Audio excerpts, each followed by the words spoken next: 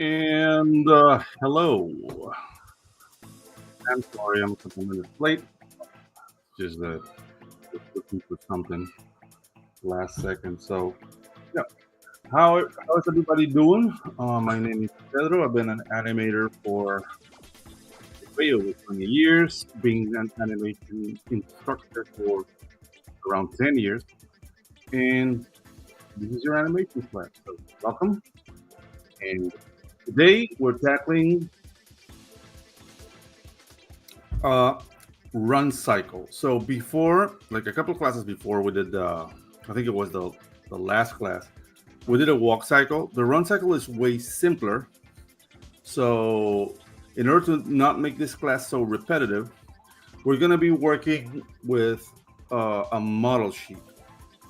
And the cool thing about this is that the model sheet we're using it's from its interpretation of a character designed by a good friend of mine, RT Bear, from the book Chrono Mechanics, which is this book right here.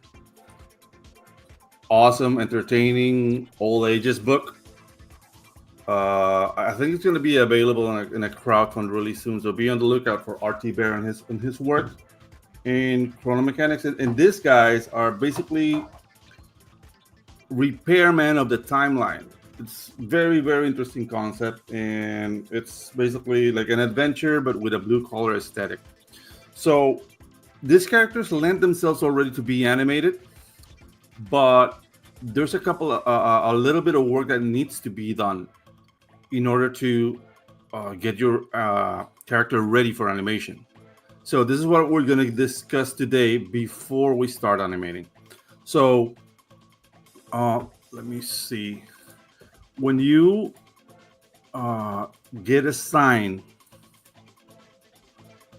to basically design a character for animation, you're going to get a lot of references. Your client is going to be telling you what he wants. More than likely, if it's an IP coming from another medium, whether it be comics or I don't know, live action or a book. Well, with a book, it's not really visual, but if it's a book, then you're gonna be uh, tasked with the job of designing your character for animation. And what you have to design it for animation, because I mean, an animated character has a very specific task. It's supposed to be moved. So there's some parameters that will basically imbue your animation with the proper tools that an animator can grab it and animate it.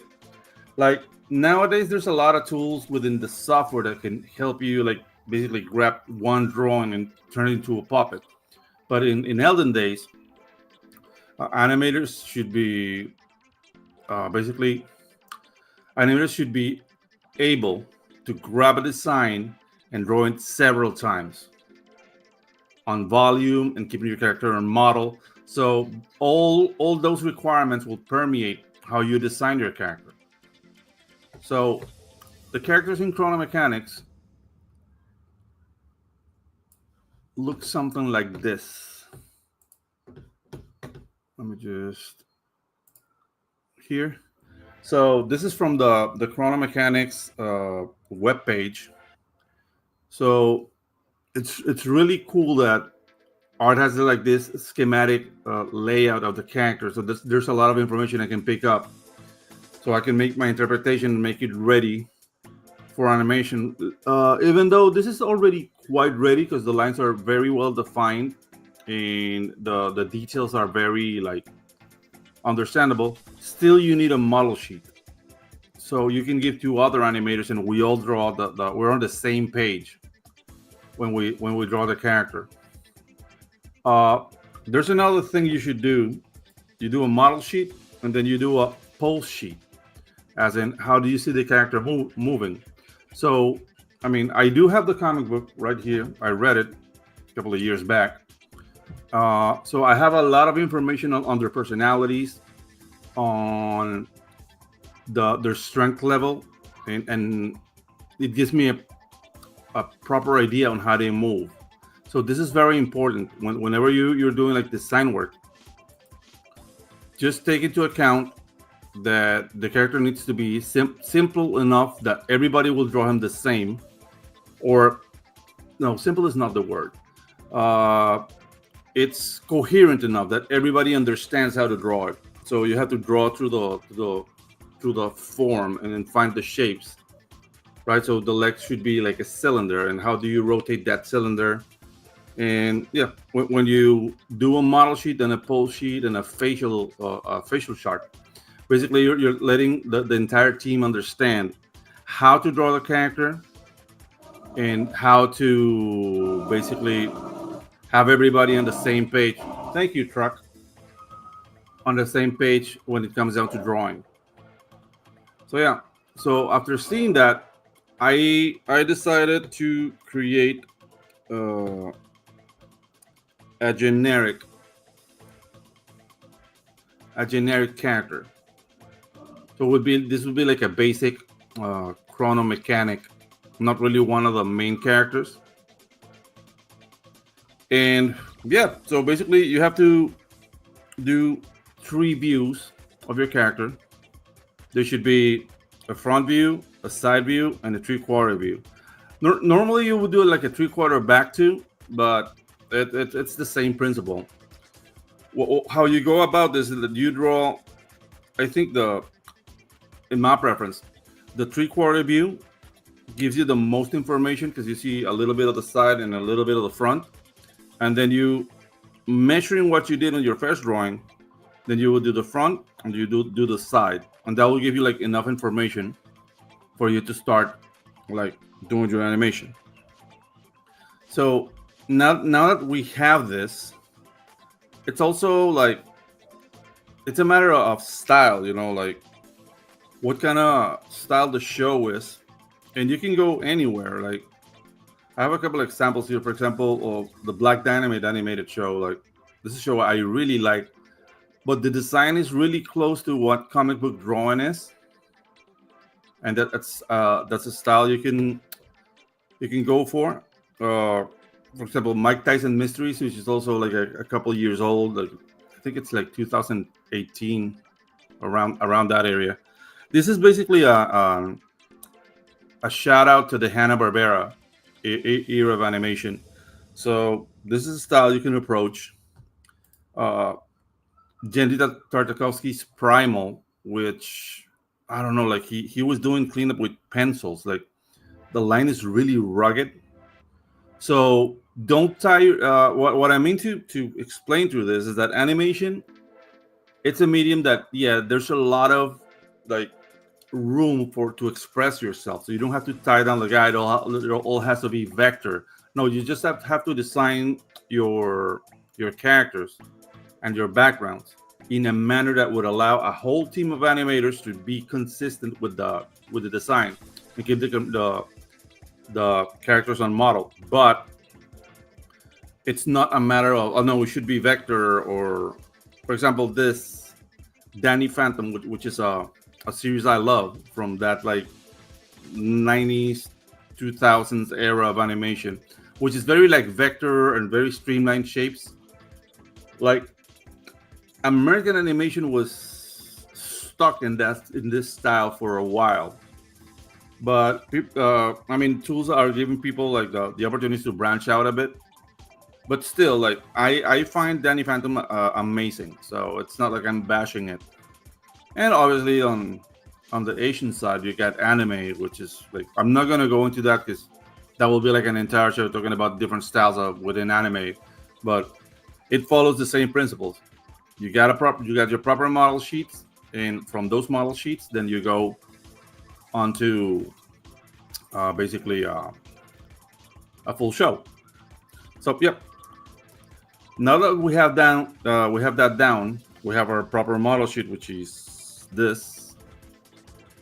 Now we're gonna go and do a run cycle.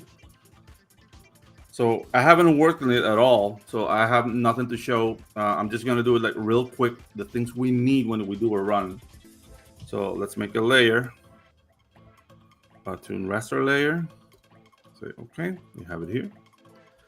And remember, if you follow the walk cycle class, you know you need stride, low position, pass, high position.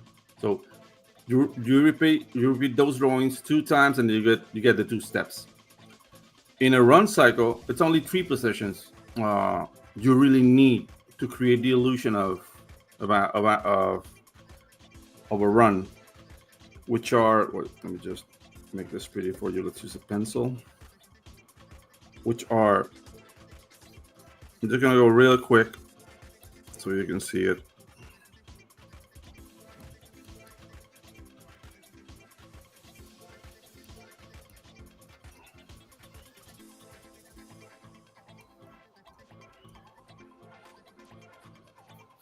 Yeah, so you got the stride,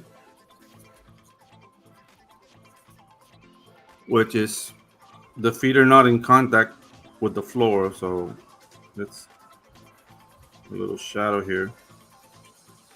Let's make this a little bit smaller. So you got the stride, you got the contact,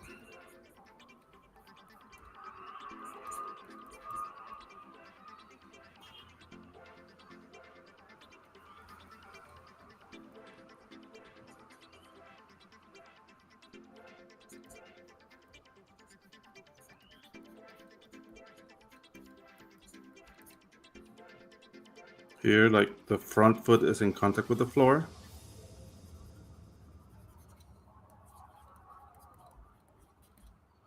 And then you got the pass, which is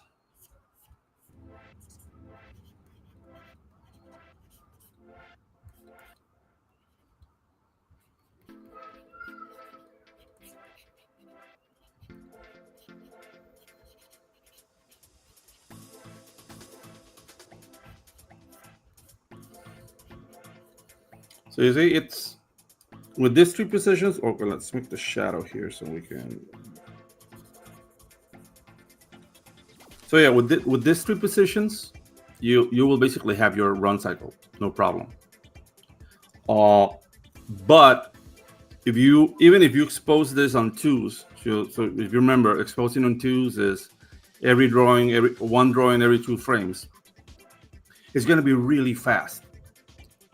So at this point, we have to take into account to add more drawings to make the run cycle more personal. We have to take into account how big is your character, how much he weighs. Is he running scared, or is he running with intent? Is he running to save somebody, or is he running away from a beast? So those kind of things will affect our posing and how many drawings we need. So you see, with the run cycle, we did like a simple run cycle, not really acting, just the four basic positions to go 1 2 1 2 1 2 1 2 really fast. Here we're gonna make it a little bit more interesting in view a little acting on your character. So now you have stride, contact, pass. Those are the 3 positions we need. So let's get rid of that. And going back to our model sheet, I'm gonna put it on my other screen so yeah, I can see what I'm doing while I animate.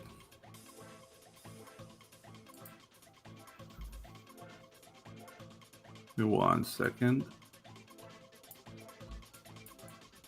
There we go. Okay. So his torso, still we got the pencil, black. How big is our pencil? There we go. -1. Let's make it 0.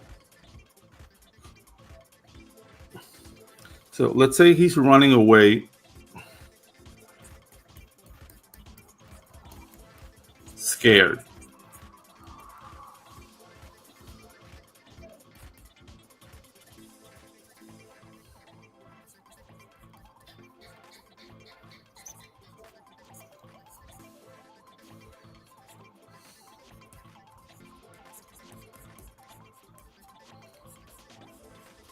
So I'm getting like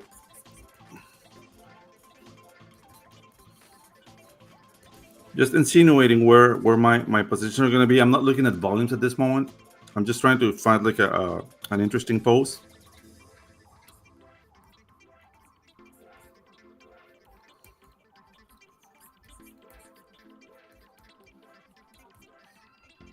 Maybe this like legs could be longer because he has like very chunky boots. So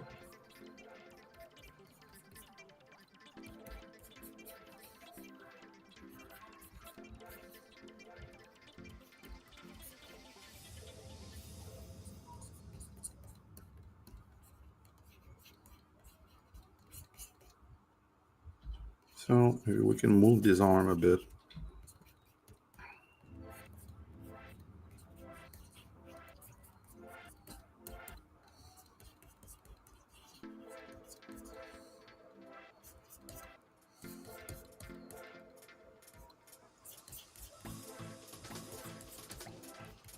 Okay, so there's the little bit of an overall here. See, I've been very loose. I might like cut and move a bit. Like for example, like let's say he's taking too much screen, so maybe I make it a little bit smaller. And yeah, I know if this was pen and paper, I'll be erasing a lot more. But that's the thing. Like you have to take advantage of the tools at hand. And in this case, we're just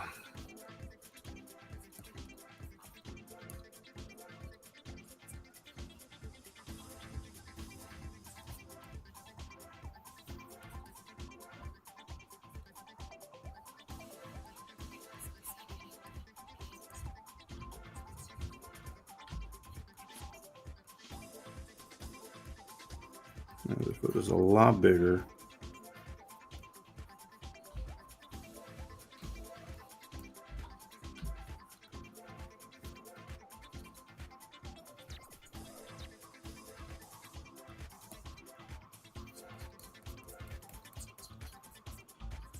The head is a little bit longer here, so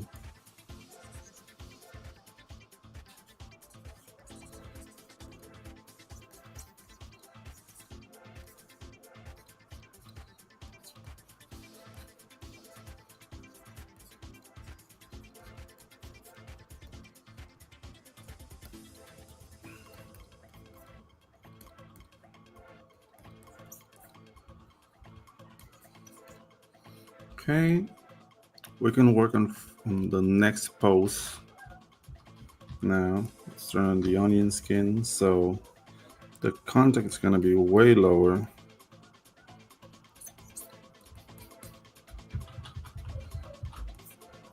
So let's grab this line here and use it.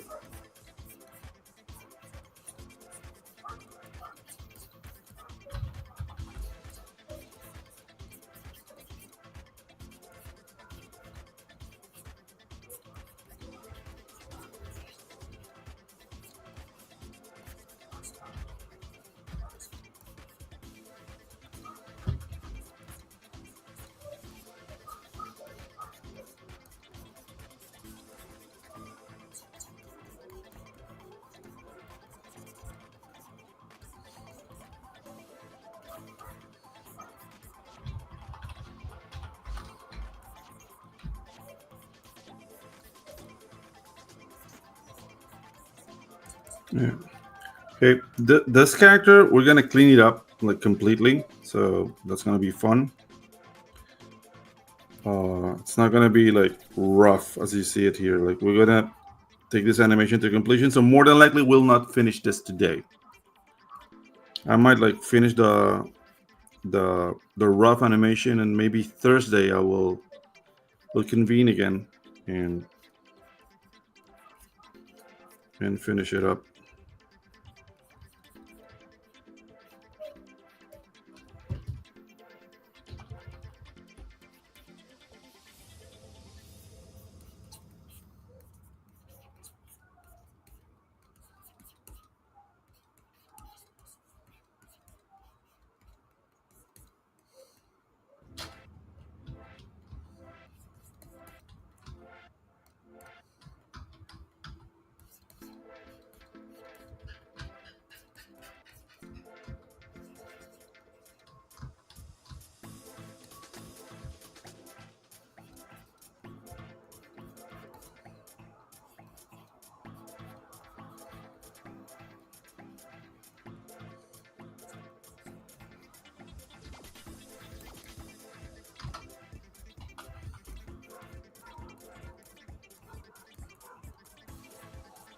Okay.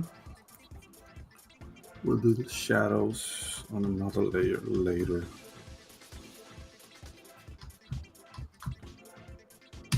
So we'll do the path now. So let's see the grid.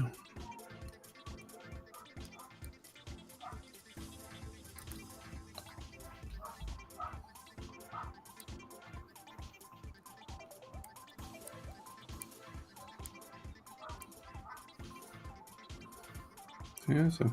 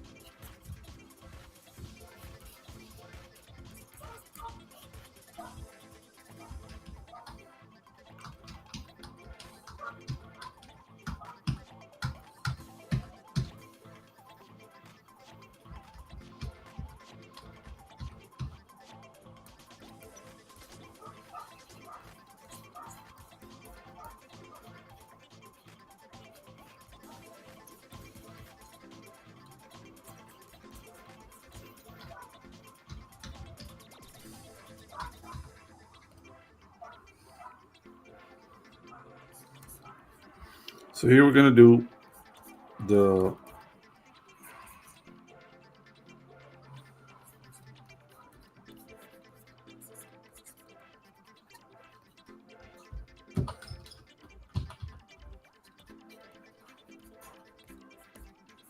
on the other side. So I'm using the onion skin and drawing one, so I can use it as a base. But if you see, I'm not like placing the drawing on the same position. I'm just altering it slightly because one leg is closer to the camera than the other one. So if you place it on the same level, it's gonna look a little bit flat. Like it's gonna flatten your run cycle, and the illusion is gonna be lost. So be on the lookout for that. So this is the far leg. So you're gonna see there's a little cut line here, and this is the front leg here.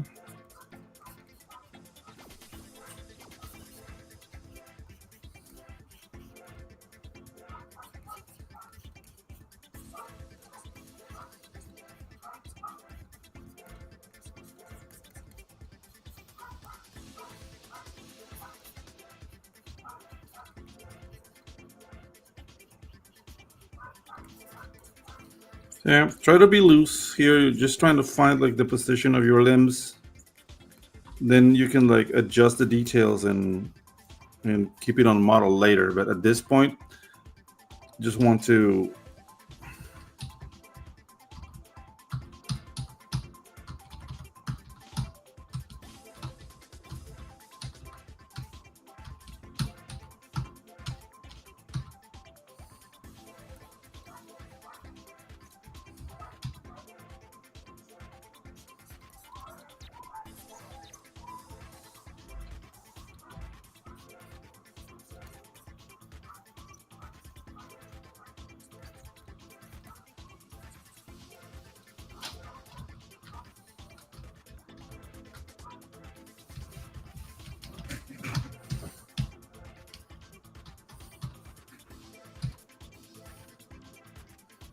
Again, check the contact.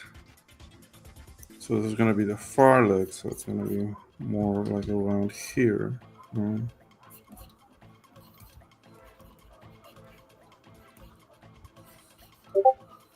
Always checking on, your model sheet. So I actually have it like, we can put it like around here. Since I want you guys to see what's happening on the X sheet. So yeah, I'm a little bit of a real estate dilemma here. Let me just move it a little bit here. Oh yeah, I can just check it here. Okay, good. And we'll go back to work. So here, like,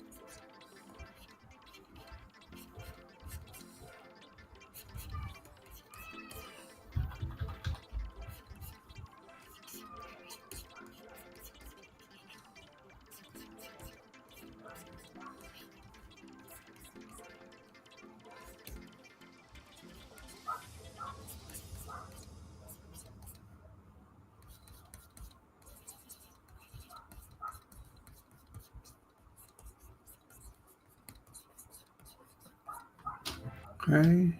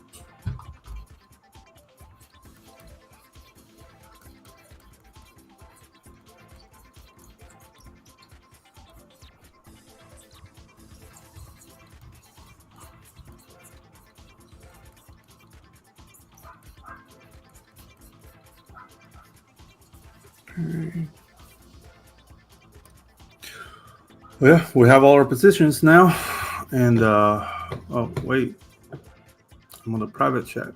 Hey, what's up? Yeah, get some rest, Glenn. It's all right. Too worry about that. Okay, so you see, it's really fast, and we need to add some more drawings. So now, this is what I do when I want to like eyeball the timing of an animated video. So I start adding like frames. So for example, like right now, I'm gonna add basically one drawing between every pose,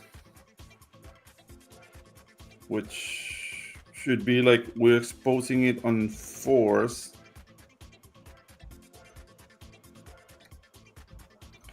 And then we'll see the timing, and then that will give us a ballpark idea on how we want this to, how this will look. So, you see? Now it's really choppy still because we need to add more drawings to help it define the acting. But I'm trying to give it like a really like bobbing of the head, like he's closing his eyes, like he's running with his eyes closed, like he doesn't really know where he's going. So that's the thing. So you see, when I did it first, I did the first 6 drawings, and then it was really fast. So now I'm adding space between the drawings. And now let's do the in-betweens here. So from the contact to the pass, let's help this.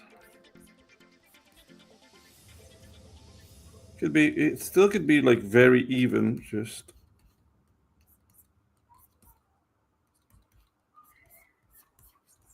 maybe having the foot anticipate a little bit, just like a little bit, ever so this bend over here. Bending the foot like that, so it really settles. Yeah, I mean, I'll check the volumes later. I'm just like trying to get the intention of the movement. This is more like a foot in the air, so one hand here and the other hand is going to be here.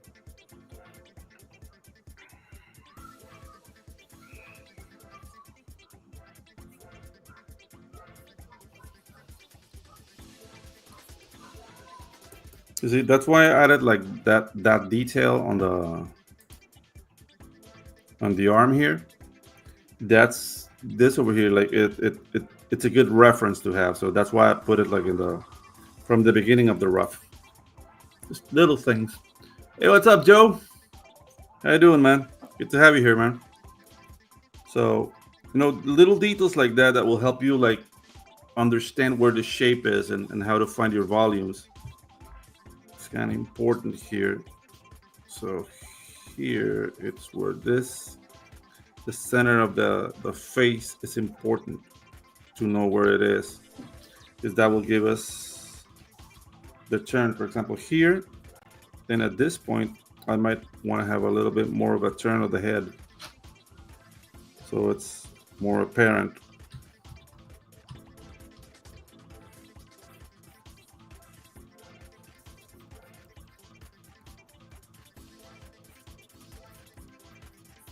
Again, the volumes are kind of all over the place, but it's just a matter of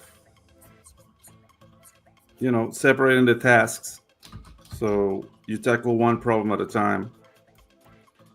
So first you find the fluidity of your pose, of your animation, then you go with the volumes. I mean, sometimes, like, some days you're going to be on fire that you're going to do like a very fluid animation and everything is on model, but that doesn't really happen that often. So yeah, just don't worry about it.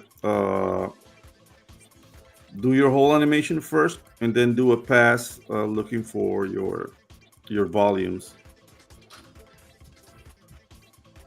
So you got the contact. I don't know, this feels like it's losing a little bit of volume here. So I'm just gonna generally make it all bigger, just a tad. Just a tad bigger. I think this will help. Yeah, this helps. So from this to this, like, you want the run to be really fast. So this is a moment where you're gonna make an assessment, and this is where the chart I was explaining to you on the bouncing ball gets really important. Which drawing are you gonna favor? Is your animation is gonna look is your animation is gonna look something that looks like this? So you get drawing A, and drawing B. So is your in-between pose is going to favor A,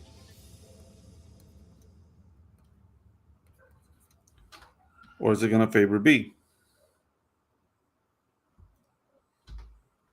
Right? And that's something that you will give the in-betweener if you have one. Hey, what's up, Becky? How you doing, Abigail? Or is it gonna, favor B? In this case, I want my drawing to favor B. And what I mean by that is that the pose in between A and B is gonna look more like B. So that way, the contact on the floor, even though it's more time, of course I remember, Abigail. Even though it's the same amount of time, it's gonna give the illusion of less contact with the floor. And let me show you guys how what that looks like. Let me get rid of this A and this B. Okay, so here we should have maybe a little bit of bend with the leg.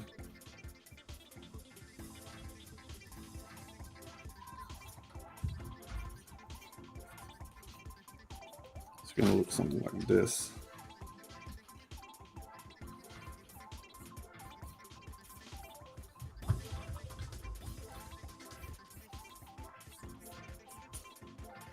Yeah, the in-betweens can get like very like weird looking,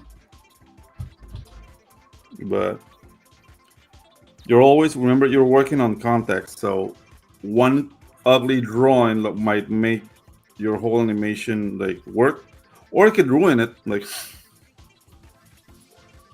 it's just a matter of understanding what you're doing and what the sequence needs. Here we're gonna see a little bit of a fist here. Been very loose.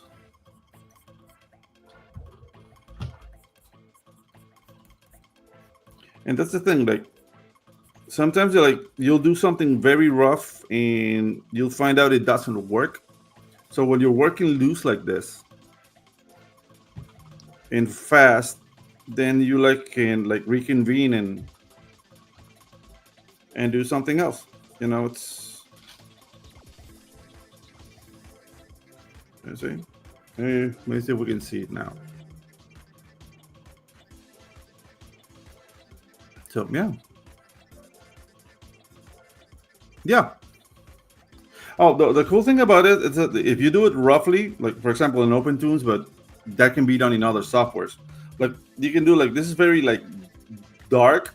If I want to go over it with another pencil, I can lighten it up. Make it really light. Make another brush, which is darker, and then I'll go to my model sheet here and say okay, so I can start with the details. Now this cross I did over here comes in really handy, is that way I can find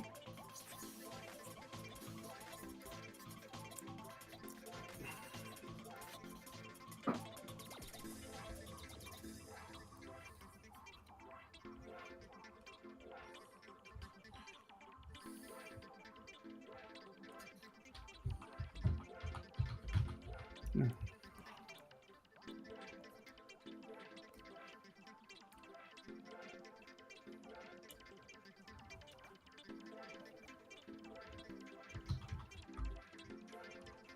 Whoops. There we go.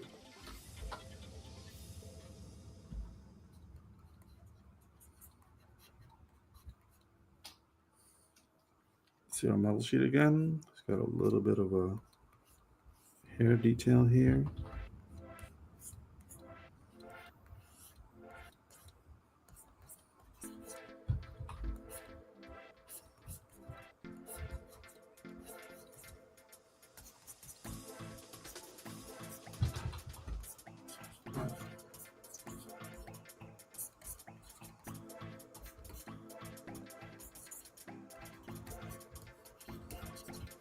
See? Cool. Thank you so much. So yeah, so that's the thing. Like you can always draw with a lighter pencil, or draw normally, and then come with a lighter pencil afterwards. So let me just get rid of this. Okay, we got this. So from here to here, we need another pose. So that means we need more drawings here too. Empty cells. There we go. So from here to here, we're coming from the pass to the new stride. So how do we go about that? So we might be closer to the stride than the contact. So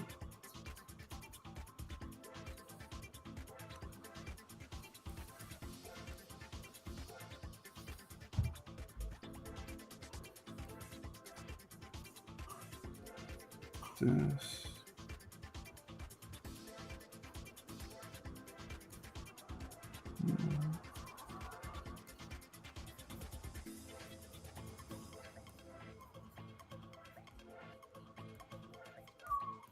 Maybe we bent the foot down a bit. And this pose here, doing this to the foot over here, you know, helps with the basically like exaggerating the force applied to the movement. Yeah. Yeah, I don't know. Maybe it's because I don't dance. I think people who dance are way more famous, Abigail. I guess I should like teach animation while dancing. Like, I don't know. I'm not that good at marketing. Even though I've worked in advertising my whole life, I'm not really good at marketing myself. So it's I don't know. Someday I'll find out. Or not. So here we go. So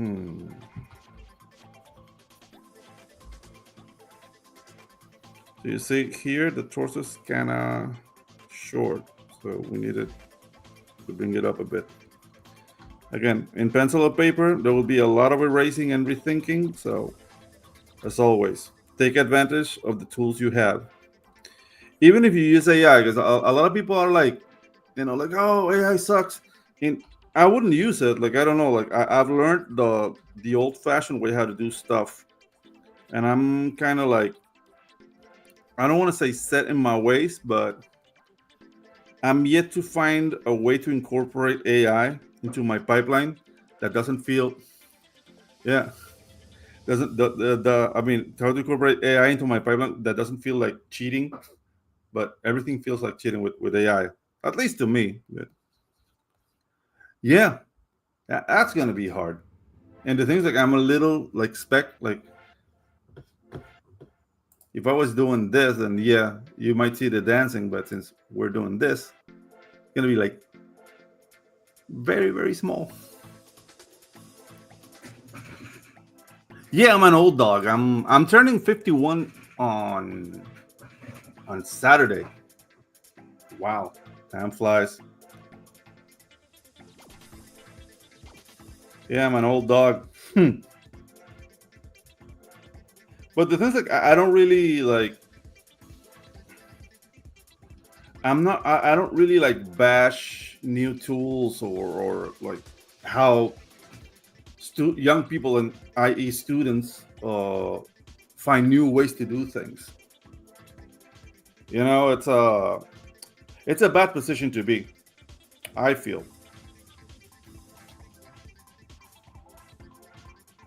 Okay, so this is getting interesting now. So let's see. From this position to this position, we did this pose right here. So let's mark it and use it as reference. There we go. So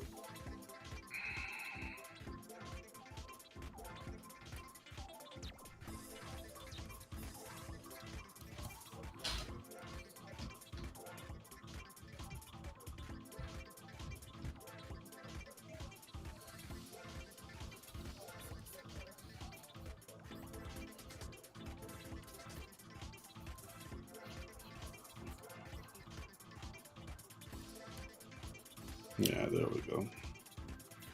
So here we're gonna have this arm up front, really close to this position. The head is gonna be tilted all the way to the other side. You see more of the back.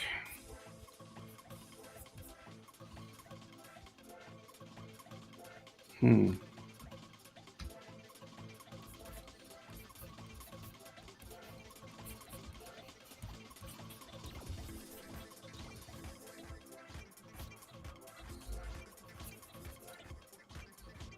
Yeah, it's the far leg, the leg that's farther to the camera.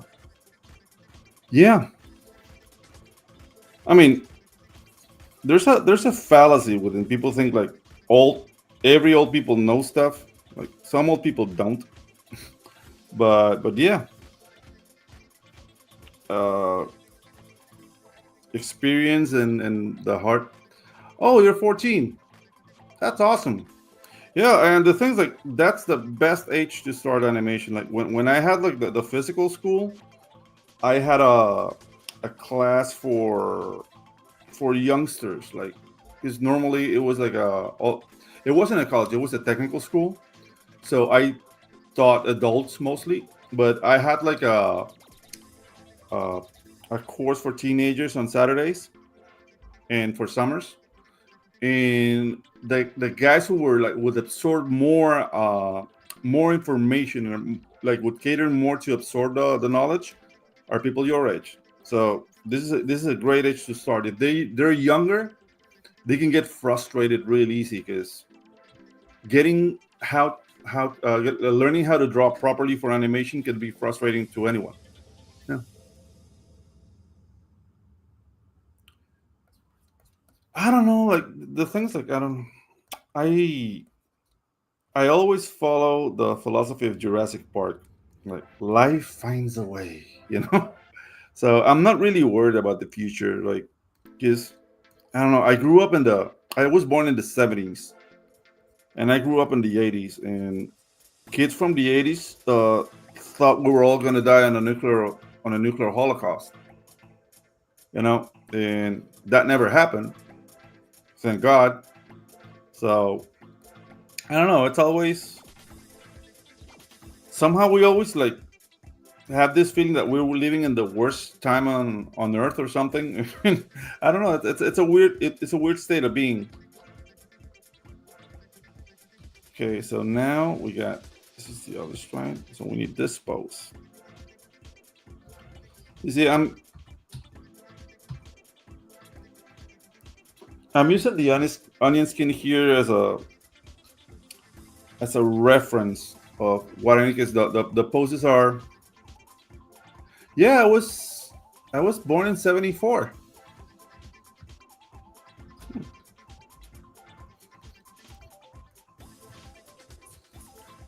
My dad were the real boomers. But boomers from Panama, so it's not really like American boomers. So we're gonna see the front of the foot here. So we're not gonna see any of this and see more of this.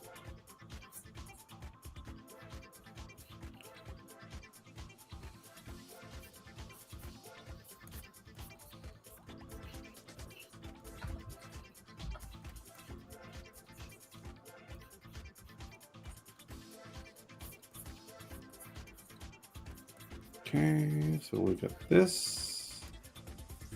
All right.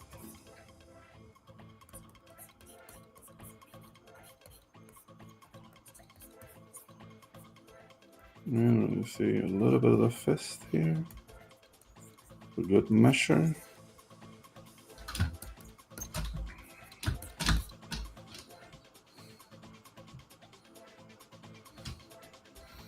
Okay, so last pose is gonna be this one. Because that way we're gonna get this and this. Oh, cool. Okay.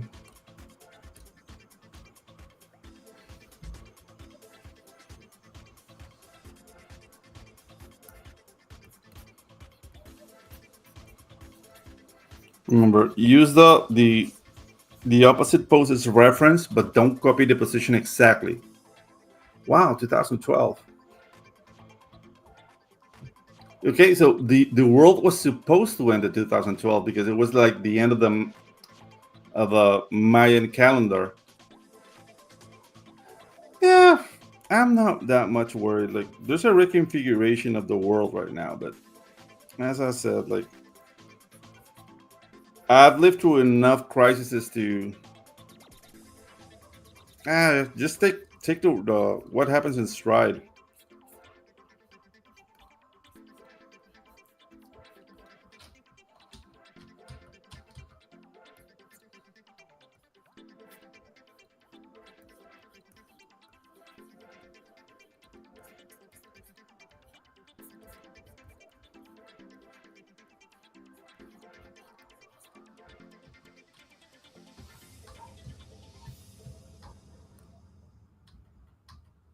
Okay, I need to know something here. Let me just see. So the position of this hand should be around here. Got it. Okay.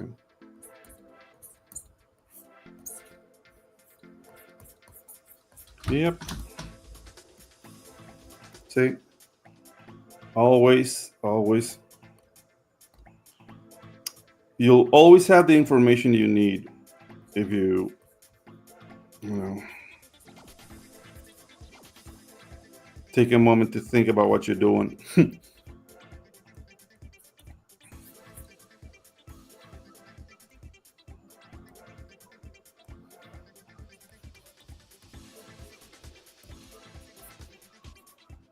Hmm,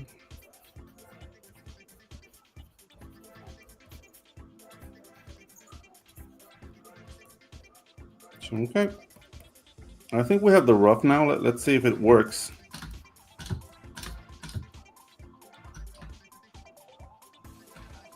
Hey, 12 is good too. Don't you worry. Like, it's just perseverance.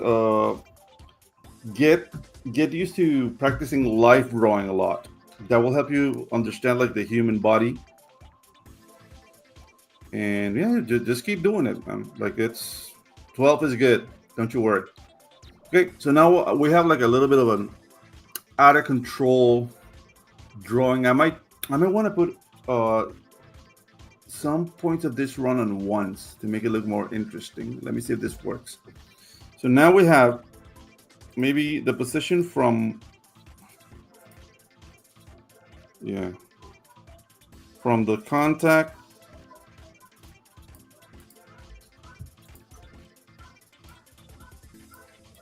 should be on ones. Let's see if that works. Okay, so we got this. Let's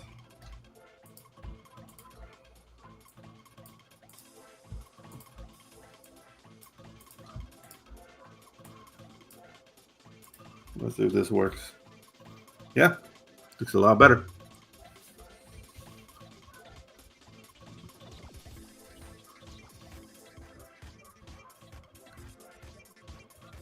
Oh, like he's running away. Like, to this character, like to this like sequence, you can do like a nice like moving pan of the background as he progresses. You just need like a little bit of shadow that animates a bit on the floor. It's gonna look amazing. So let's start adding details to our character.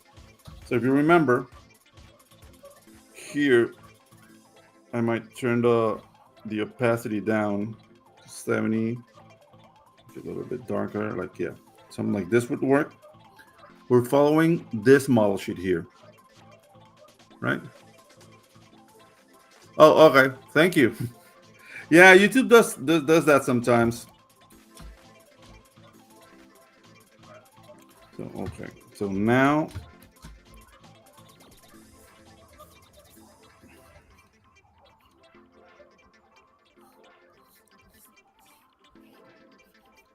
remember, we're still in the rough part of the animation, so you don't need to keep your lines that clean. We're just finding something that can help us with the volume. Now there's a little detail on this character, which is like this over here, which is kind of like a clock or something. So be on the lookout for that. This forearm is in front.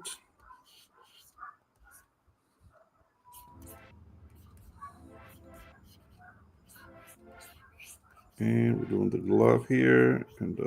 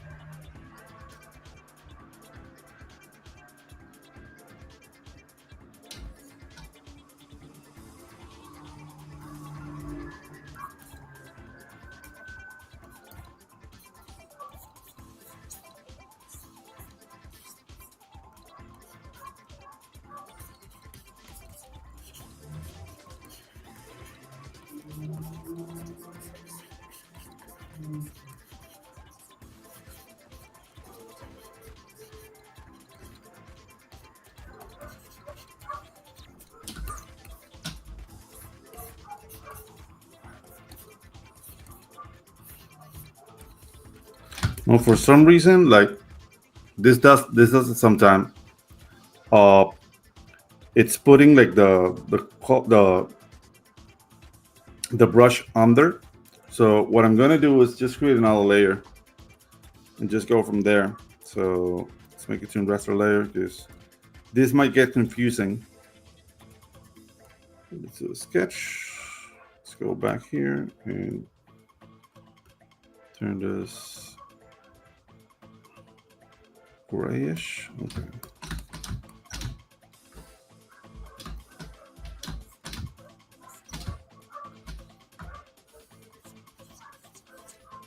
Still, you want to be as loose as possible because this is not cleanup. We're just doing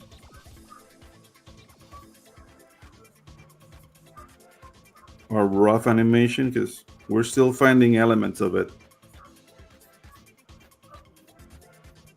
So we want this.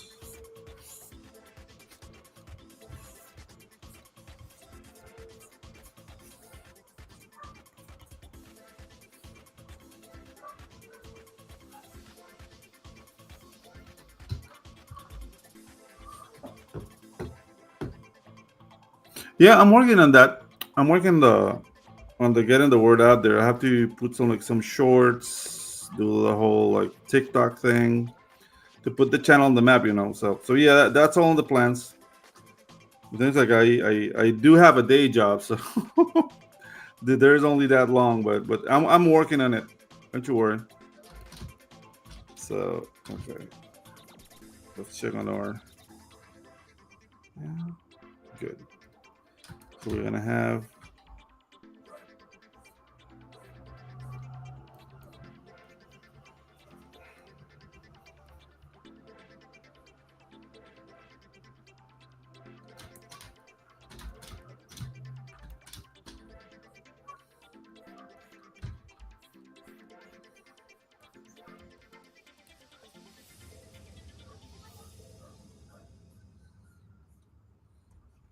You see, again, these characters are from art book. Oh, that's the software I use to stream. It's called StreamYards, and I'm not paying for the.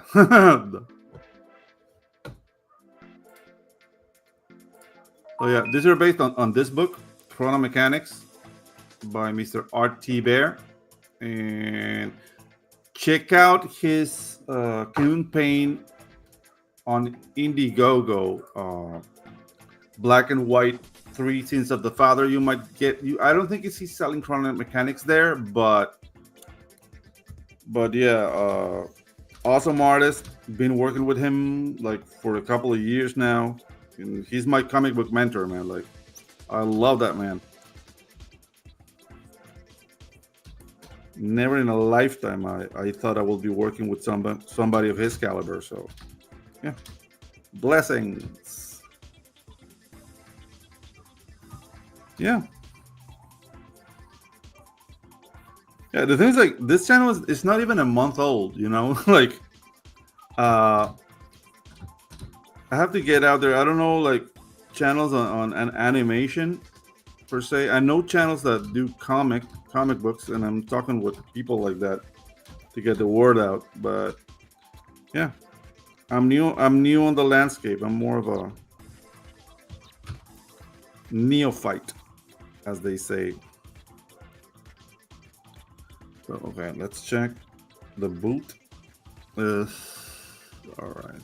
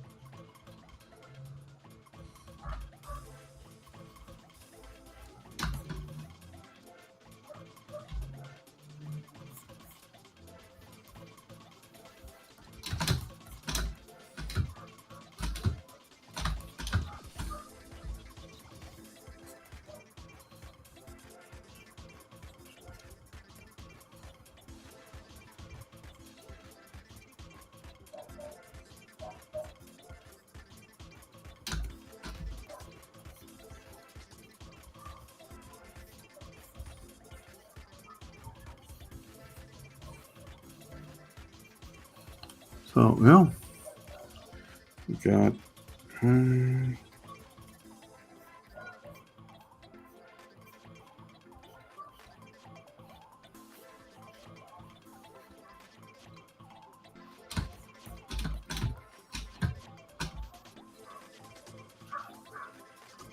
With an hour at the hour mark. I think I'm gonna work for another hour, and then we're gonna call it.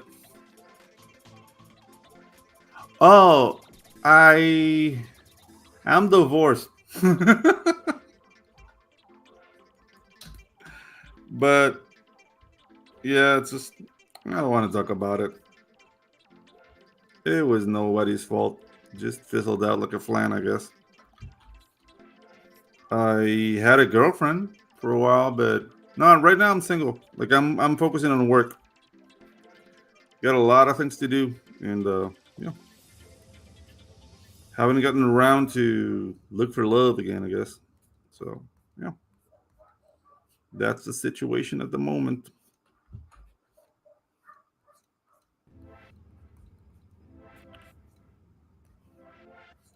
This.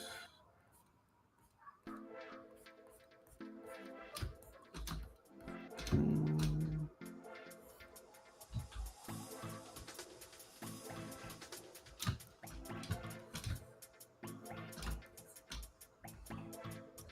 So here, on this here, I need information I don't think I have on the model sheet because I need to do a little bit of the soul, and I don't think I drew the soul, so I guess I have to improvise a bit.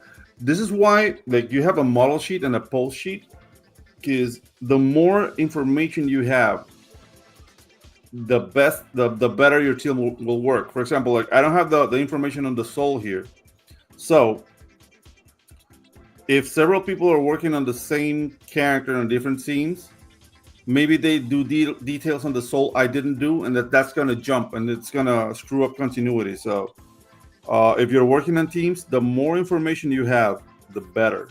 So you gotta keep that in mind. So we're gonna do this line, but I might need to break it up on several places because I need to draw through the form here. Get this detail and then this detail over here.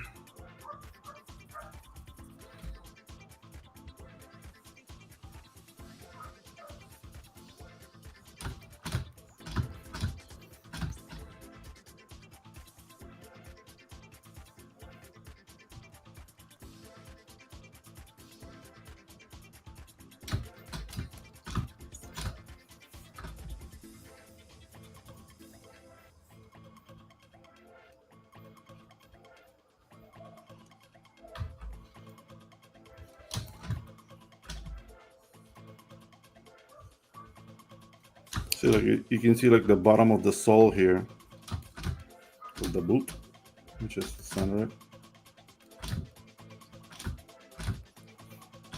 Yeah, little details like that.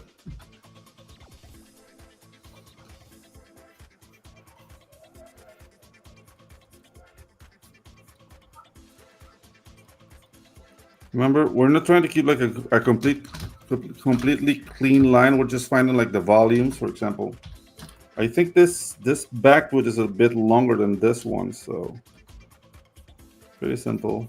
We'll just come in here.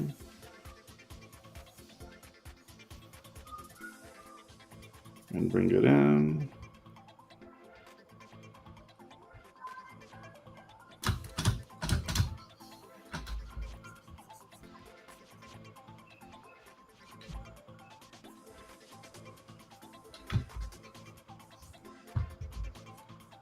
Clean the lines a bit. Good. There we go.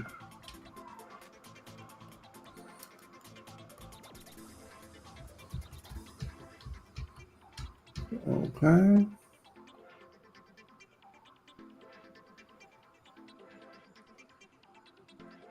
Okay. Cool. Yeah. Life is full of curveball, man. Curveballs. So yeah.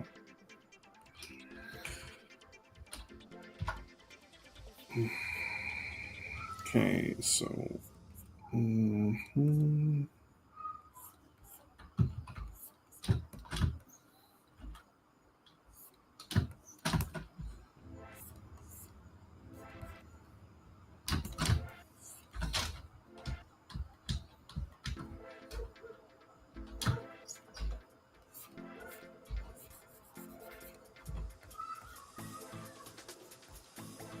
a little bit of a cut line here, and yeah.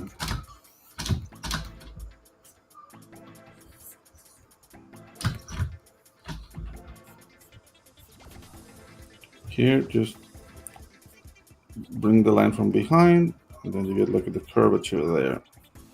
There you go. Good. Okay, so I'm losing volume here. See? So bring this over a little bit more.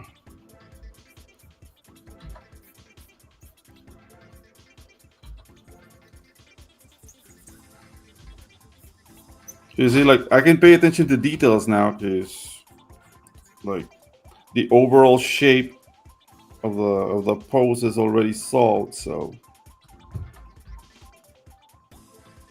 I can like attack little problems at this stage.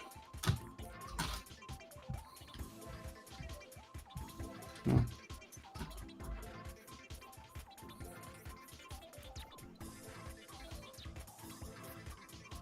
Should be thicker.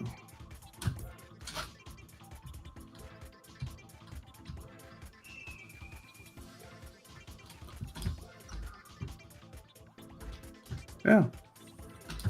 I mean, the colors you use don't really matter. It's just a matter of I do it lighter so I can see what I'm doing now. But some people just go on the same color over and over again, and I mean I've seen people do it like that. This is what works for me, but this is by no means like the only answer. So I encourage you guys to experiment. Always experiment and find like the best way that works for you. No, because in the end, it's your work, you know. So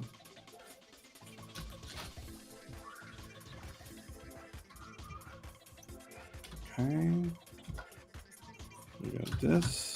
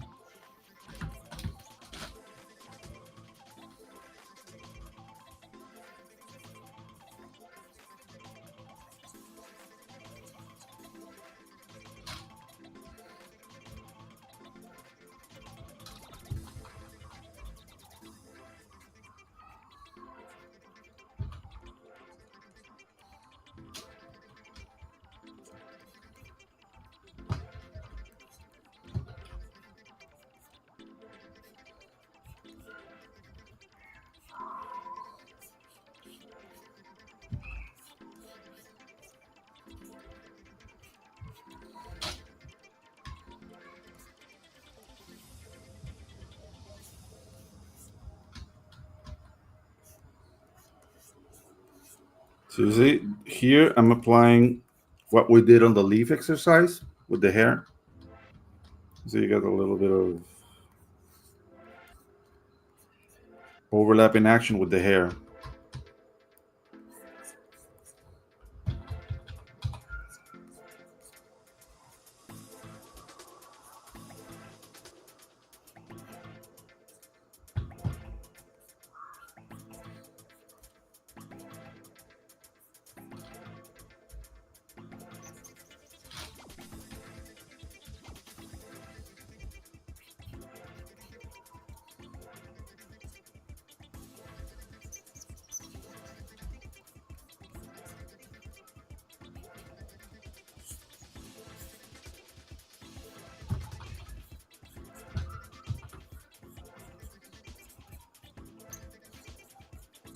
Okay. Need more reference on the hand here.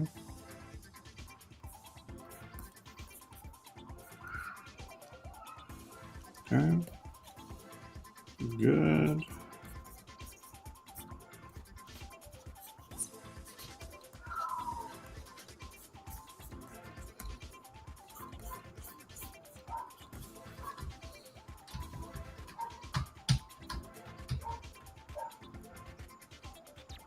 Gaining volume on the head a bit, so let's bring it down a little bit.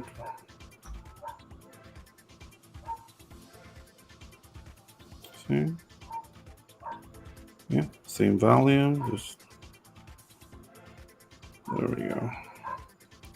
Just like that. That's one way to check the volumes.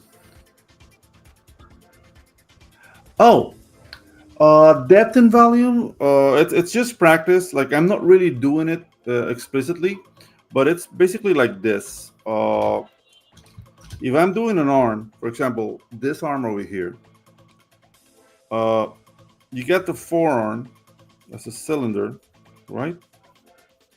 This would be this area here, and then you get this area here, which is another cylinder projecting itself to the front. So you see, I'm trying to draw three-dimensionally.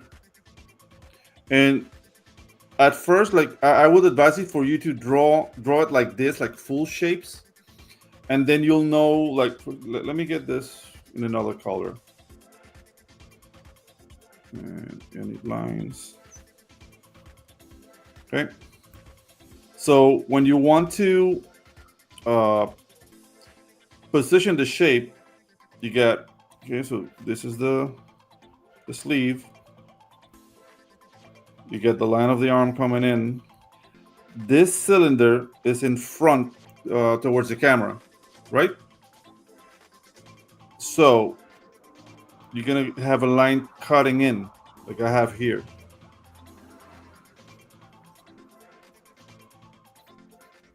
So you see, drawing through the form.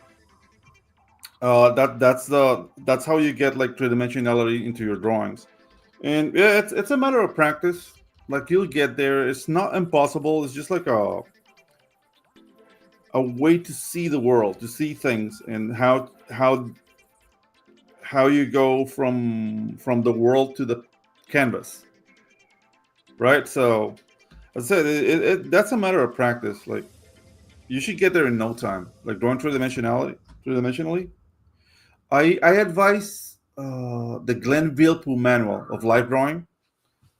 I think he has a website also, but they charge. But that guy was the instructor that they drilled into us in animation school. When I was back in animation school in Vancouver, like dude, it was the Bridgman Complete Guide to Life Drawing and the Glenn Villepul Drawing Manual. Those two books were like our Bibles. Like we just like eat, drink, and breathe Villepul the whole time. And yeah, if you have like a local life drawing class, I advise you guys take it also. It's always good to keep your chops up to par. Even if you're doing like cartoony stuff and you're like, well, I don't need to draw from life. Yeah, the thing with photos is that photos are static, and that will keep that will make your drawing stiff. For some reason, that's how it works. Like live drawing, it's better. So yeah, like I would advise like find a there are like community live drawing clubs everywhere. So just look out for one in your community, and if there's none, like organize one yourself. It's artists are always on the lookout to do live drawing. So even without an instructor, you'll get like that bullpen environment where everybody's learning. So it's always a good thing.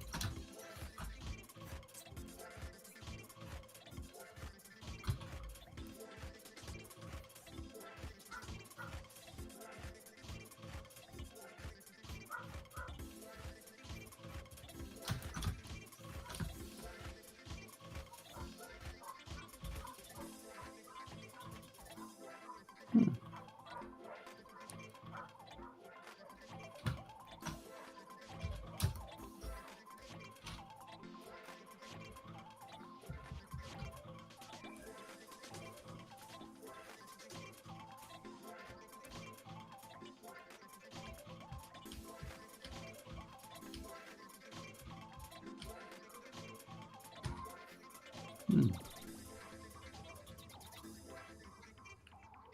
Source? What do you mean source? I don't I don't get what you mean by source. Yeah, it's more rounded. There we go, better. On his arms? This detail you mean? Oh,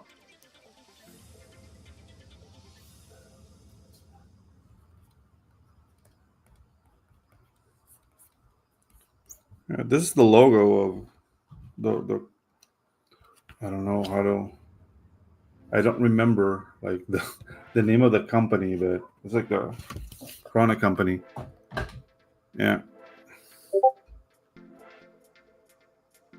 yeah, it's a gear.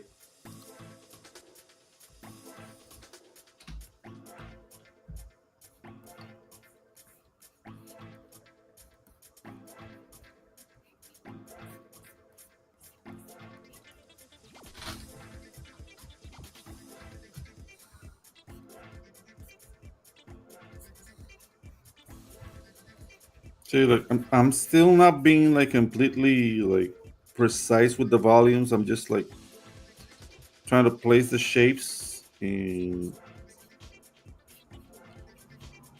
sort of find the three dimensionality of it all. But like here's the elbow. Here we see a little bit of the extensor.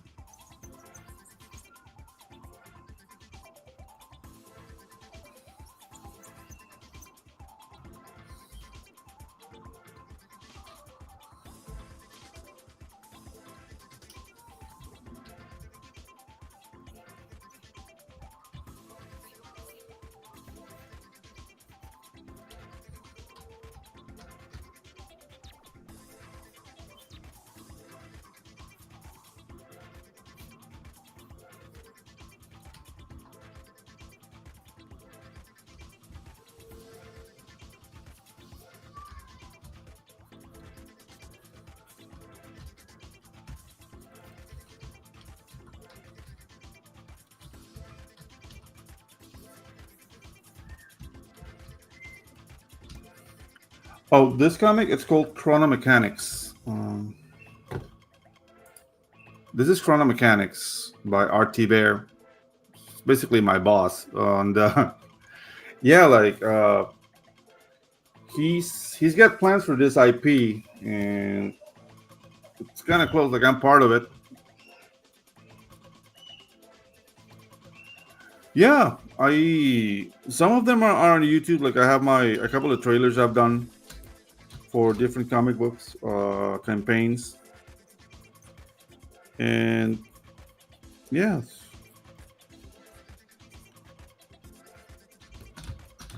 just that YouTube is fickle in the sense of who becomes famous or not. Like I don't know, I post my stuff, but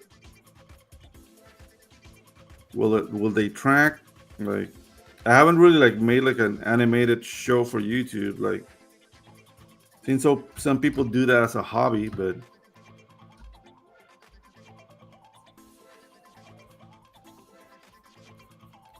yeah, like I could do that, but then real work comes and I'd have to stop. So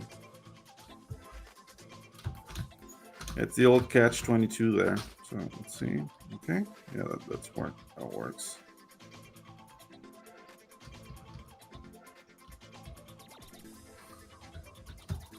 Okay.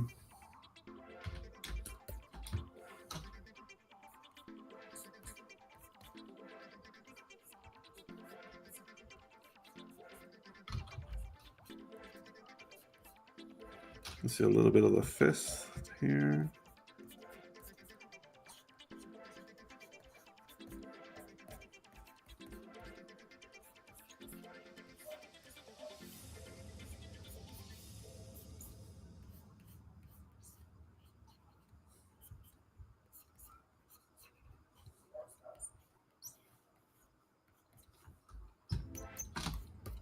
Okay.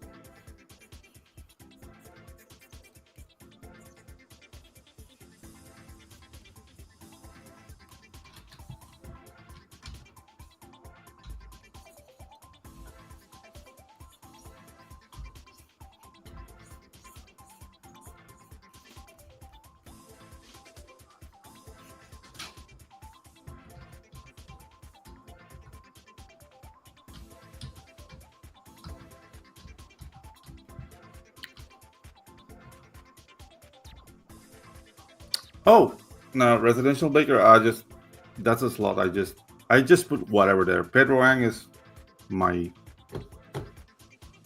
my name. But you're not here to see my face. You're here to see the animation. I'm sorry. There you go. So that's what we got so far.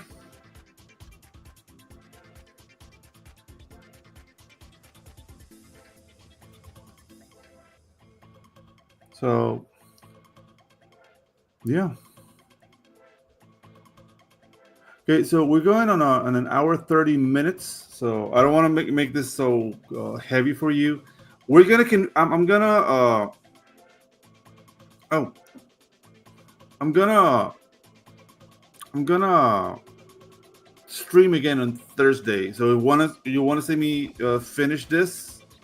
Uh, let's convene again on Thursday, and more than likely I might have like the rough animation done. Like you see basically how I did it. So I might just finish it on my own, and then I'll start the cleanup, and we can start discussing cleanup and maybe do a moving pan.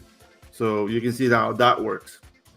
All right, guys. So yeah, uh, this was awesome. So thank you for being on episode 11 of the Animation Dojo.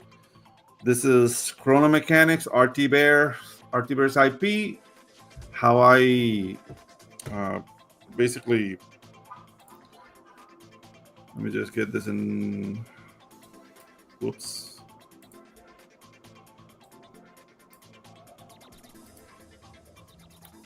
How I adapted his characters from Chrono Mechanics and how we did. We're doing a run cycle now with intention and yeah, how to follow a model sheet. So this is it, guys. Thank you so much, and I'll see you guys on Thursdays when we continue doing this run cycle. Take care.